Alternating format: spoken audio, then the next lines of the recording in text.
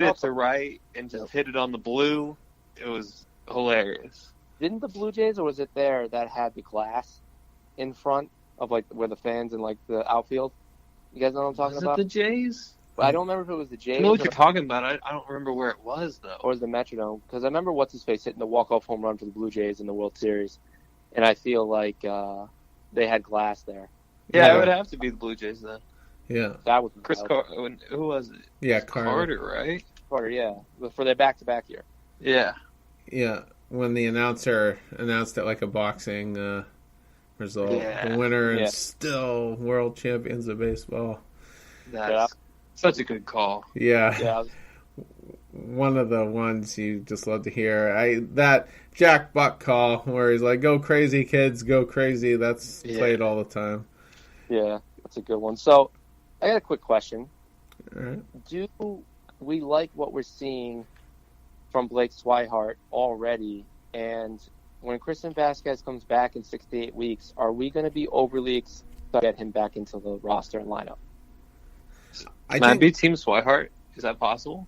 Yeah, of course. I think I'm Team Swihart.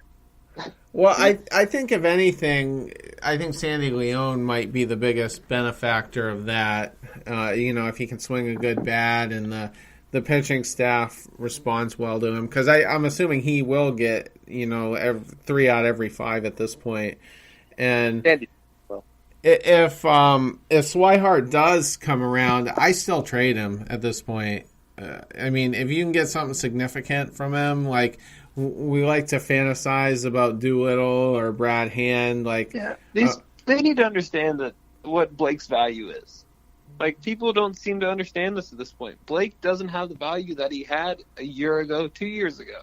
No, not at all.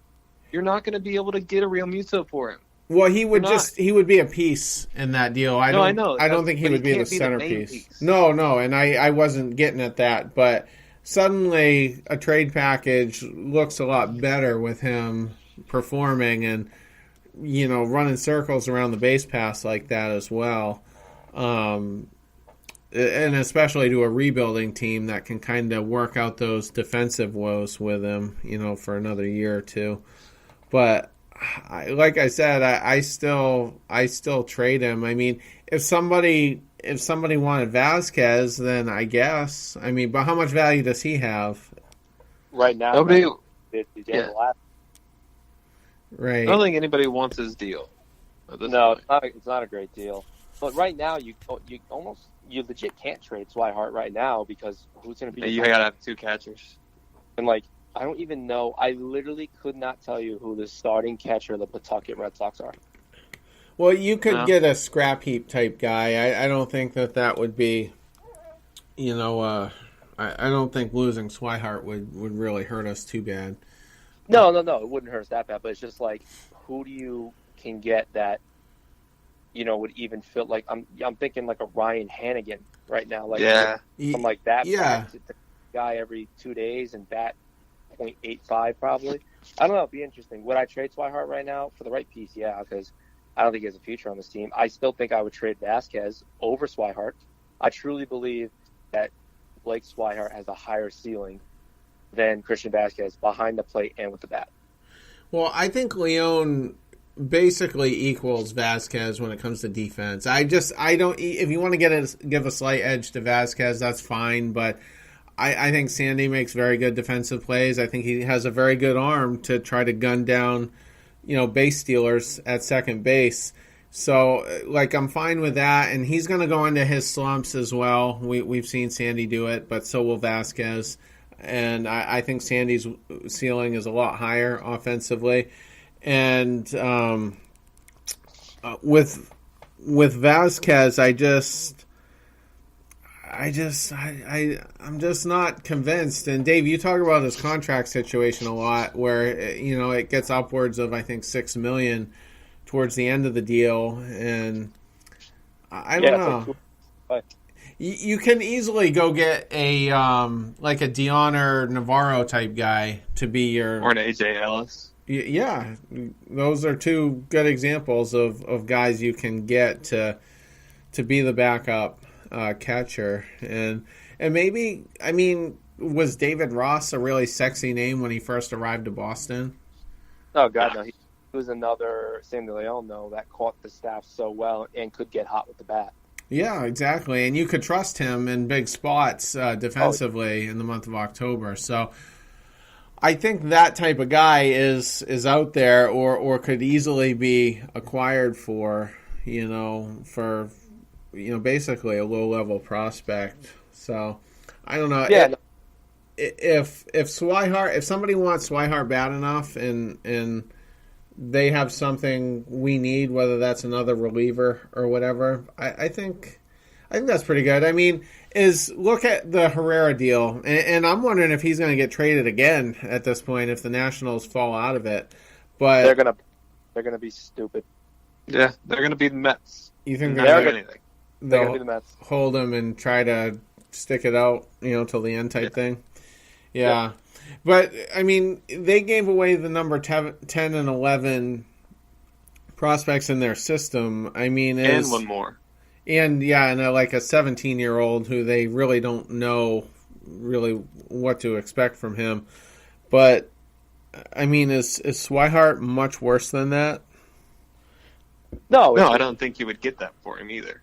Yeah, no. I mean, I would love to throw Swihart and a couple guys for a package down in Miami for a reliever or two. Like, I would do it for sure. I don't think the reliever is the number one thing the Sox need right now, but at this point, it's never bad to have another extra arm in the bullpen. And on top of that, we're hitting so well, it's just like, okay, do we really even need another bat off the bench? I still think you do with injuries and other things like that. I think it's important, just like it is to get a bullpen guy. But if somebody wants Swihart, I think of bad teams. I think of Miami. They just stick out so much because then they can move on from JT. That's what I was about to say. It makes sense for them. It makes sense. You move away that, and then that goes back to my not even a fantasy. It's just like, give me Castro. Like, just throw him in there too, and then we'll throw you back some other things as well, and we can make this work money wise and everything else. So, well, we need the deal. Yeah. Let's talk about a couple moves that the Red Sox have made. I'm pulling up Brandon Phillips right now, but Steve Pearce has been phenomenal against lefties. Amazing. Yeah, he's been that guy that we need for lefties. That when he should be in the lineup whenever a lefty is out for Moreland. I love Moreland. I'm a big Moreland guy, and I do believe that you can hit lefties and righties. Like, you shouldn't be like, oh, this guy's a lefty, don't throw him against lefties. But Pearce is so good against lefties and can play first base, and Moreland isn't the best against lefties, where it just makes sense to put Pearce in the lineup at this point. And you could I know you like Bradley a lot, but I mean, that's another alternative as well. Oh, 100%. Yeah. No, I agree. Yeah. Like, I do love Bradley, but I know that Bradley is going to bat 200 to 180 in the playoffs and play stellar defense. He made another great play this past series, and you do need defense, especially in the playoffs. But if there is a time for a bat, if you're down in a series, if you need a pinch hitter, Steve Pearce is great because he can play first and the outfield. Yeah, you can. Ideally, if he's going to come off the bench, hopefully Martinez is DHing on that night, and then you can just slide Benny over. Yep. Yeah, and then I'll just yep. So it's a really good signing.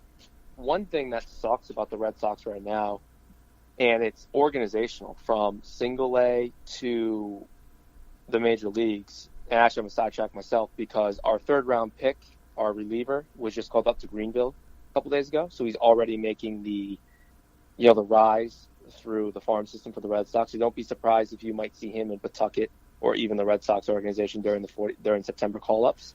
Give him a test, Dumper. I forget how to pronounce his name. The guy with the crazy name, the third-round pick. Yeah, third-round pick, the all-time saves leader over there at LSU or TCU, wherever he's drafted. But the Red Sox are so injured. They might be the most injured team behind the Mets in baseball. I'd say behind the Angels, too. Yeah, the Angels, too. Their top, 15 prospects all hurt. Their first-round pick this year and their second-round pick are shut down for the season.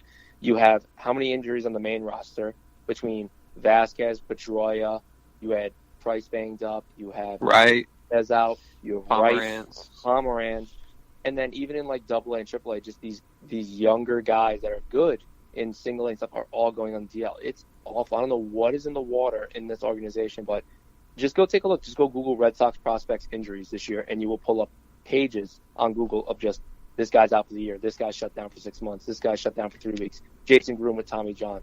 It's everybody.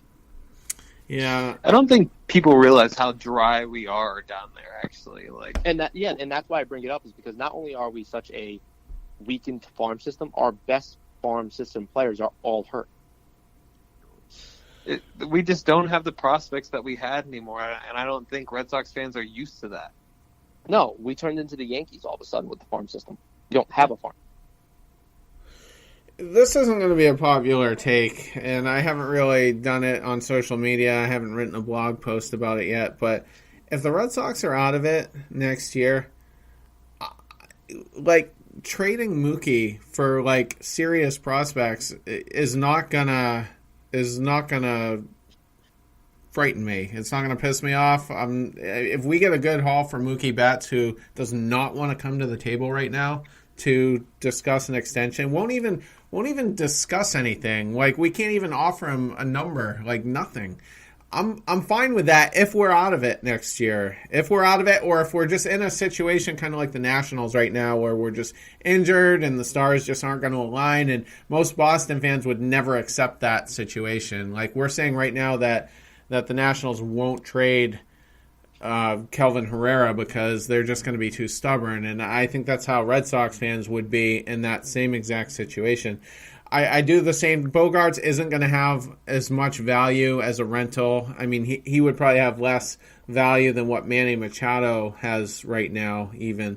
Maybe you could net a top prospect, maybe a lower top 10 guy with some lower level guys, but I would boost the farm. I mean, because if you're telling me there's less than a 50% chance of a deep run, why not? You know, and a lot of Sox fans aren't gonna accept that, and that's fine. But that's definitely something I would seriously consider, and nobody is considering it right now. Like, that thought is so foreign, and it's fair enough because we are kind of positioning ourselves for a deep run this year, and I'm fairly optimistic despite the fact that no one from our pitching staff has ever really done it before. But I think we have to consider that, though, you know, next year, making some bold moves like that. I mean, it's a hot take, that's for sure. Yeah, hot. I mean, I get what you're saying, though. It's a good topic of discussion where it's like, if we are the Nationals 1 year from now, trade deadline's approaching, we're underperforming, we're 5-6 games out, we have a really good Yankees team in front of us. You know, you look at, like, Seattle's doing really well in the wild card. You know, we're probably not going to make the playoffs. You know, what do we do? You know, just for playing along with it, because obviously, like you said, it's like, you know, it's so far out of it, considering that we might win 112 games this year, is that I would trade him in a second because there's no reason you can't get him back. You look at the Red Sox trading John Lester a few years ago. He wanted to come back. We gave him an offer. He even said, I want to come back and play for the Red Sox. After we traded him, we just fucked up on the offer. We lowballed him way too much. I don't think we would do that again. The Yankees traded Aroldis Chapman for Gleyber Torres, who is now a generational talent, who is untouchable, who is the next Mookie Betts, you know, Jose Altuve, Bryce Harper, you name it. He's the next guy. He was traded for a 2-month rental, and then Chapman re-signed with the Yankees with a pretty big deal, like $17 million a year or something like that. So, yeah, I would trade Mookie Betts for, you know, Juan Soto and Acuna or something like that, and then just re-sign him in the offseason. I don't think that's, you know, out of the realm of possibility if that's where we are in a year from now, because we can simply re-sign him. Now, if he said, if you trade me, I won't re-sign, I wouldn't trade him. I would not trade him. I would say, okay, like, if that's the way you want to do it, we'll keep you, and we'll re-sign you in the offseason. But I wouldn't, if he was like, yeah, do what you got to do. I want to go try and win this year, and we'll talk in the summer, I'd do it.